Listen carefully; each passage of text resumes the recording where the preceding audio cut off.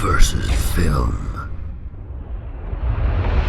Hi, I'm Graham and welcome to Man vs Film. This is going to be a top 10 of movies that you can watch right now on UK Netflix for July 2016. Straight in at number 10 is Guardians of the Galaxy. A group of intergalactic criminals are forced to work together to stop a fanatical warrior from taking control of the universe. This is one of the best and definitely the most fun I've had with a Marvel movie.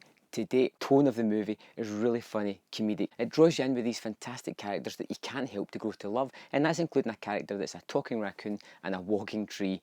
Yet, you feel for these characters. It is a great, fun movie. Number 9 on my list is The Arrival. An astrologer discovers intelligent alien life, but the aliens will stop at nothing to keep him from discovering their disastrous secret. This is directed and written by David Twohy. This movie starred Charlie Sheen, and as 90s sci-fi goes, it was pretty good because it favoured intelligent storyline over explosions and gun action. And for that, it should be commended. It's a fun movie, and you're never quite sure where it's going to go. It's an interesting watch, and one that you may not have heard of. Number 8 is Dirty Rotten Scoundrels. Two con men try to settle their rivalry by seeing who can fleece a rich heiress of £50,000 first. This comedy still holds up today and is riotously funny, and is anchored by these two fantastic performances by Steve Martin and Michael Caine. And you believe in these characters, and when their scenarios start to get out of hand as they try to undercut each other, it becomes more ridiculous. It's a great movie, great performances, still funny today, and definitely worth your time. Number 7 on my list is 30 Days of Night. Every year an Alaskan town must suffer through 30 days without any daylight. And this time they have a little bit more to put up with as a group of vampires decide to use this as an all-you-can-eat buffet and just run havoc for the full 30 days. It's an amazing concept, and David Slade, the director, takes full advantage of that by using this creepy, snow-filled setting to create some really tense and unique shots. Particularly, there is one shot I love in this movie when it's the initial vampire attack and it's overhead and you just see them decimating most of the population of this town.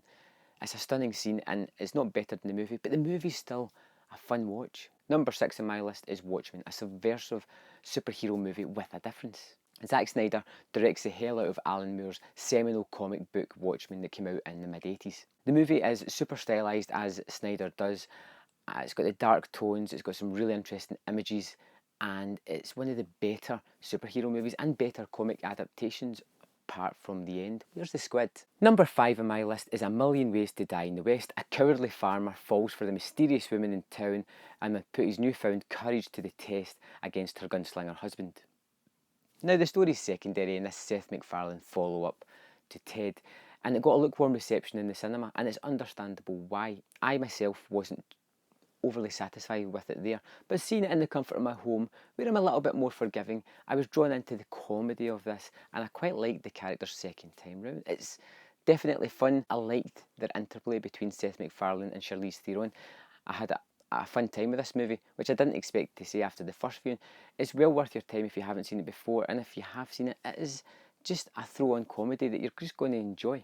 Number 4 on my list is Zombieland. A shy student teams up with a gun-toting tough guy to travel across America in the hunt for other survivors and Twinkies. Horror comedy is such a hard thing to find a balance for to make it work. Very few movies like in this genre succeed. This is one of them. It has riotous humour and some particularly well done gore, and it has one of the best cameos I have ever seen in a movie. It's got some great actors. It's got Woody Harrelson, Jesse Eisenberg, Emma Stone, who all work fantastic together. It's got some great action set pieces. It's a great horror comedy. Number 3 on my list is The Reef. A great white shark hunts the crew of a capsized ship. With the release of The Shallows on the horizon, a movie that I'm really looking forward to, I was reminded of The Reef, an Australian movie that came out a few years ago. Again, it's a shark hunting down survivors as they try to swim across the Great Barrier Reef. It didn't go where I was expecting it to go. I was drawn into the characters. I was worried for them as this man-eating shark just picked him off. It is a great thrill ride, and I'm imagining it's going to be a great movie to watch before going to see The Shallows. Number 2 on my list is The Rules of Attraction. A love triangle between a drug dealer, a virgin and a bisexual roommate set against the backdrop of Camden College. This movie won't be everybody's cup of tea, but I really like it. It's directed by Roger Avary, a man who had a hand in making Pulp Fiction. The movie is full of despicable characters doing despicable things, and although these are horrible people living a horrible lifestyle, and doing these terrible things, you're drawing into it. There's some nice camera work and some nice touches in this. There's particularly harrowing scenes throughout it as well, but at the end, it's an interesting watch with some good performances. And as much as I'm saying it's full of bad people doing bad things, I keep going back to this movie. I do enjoy watching it. I do kind of like to see the characters, some of them getting their comeuppance. Number 1 on my list is Fargo. Jerry Lingard, inept crime, falls apart due to his henchmen's bungling and the persistent police work of a quite pregnant Marge Gunderson. I hadn't seen Fargo in quite some time. We're talking like 15, 16 years. And I remember watching it and thinking it was one thing, but watching it a second time here, I realised that this is an out-and-out comedy, and it is absolutely hilarious. It is fantastic, full of amazing performances from every actor across the board. The Coens have a knack of taking these stupid characters doing stupid things and injecting it with horrific moments of violence that are really broken up by the levity within the movie. Do yourself a favour and check this one out as quickly as you can. Like I said, I've not seen it in years and I won't be making that mistake again. This is going to be a movie that I regularly put on. The movie itself is about an hour and a half. It's full of fantastic performances. It's full of great comedy. It's full of unbelievable set pieces, and it's just a great tale well told. So thanks for watching my list of Netflix top 10 for July 2016, and I will see you next time on Man vs Film. So thanks for watching that video. I hope you enjoyed it. If you notice on screen, there is 2 more videos that you can click and watch at your leisure. There is also a large subscribe button at the bottom of the screen. If you would like to subscribe to my channel, I will forever be in your debt. Thanks for watching, and I will see you next time on Man vs Film.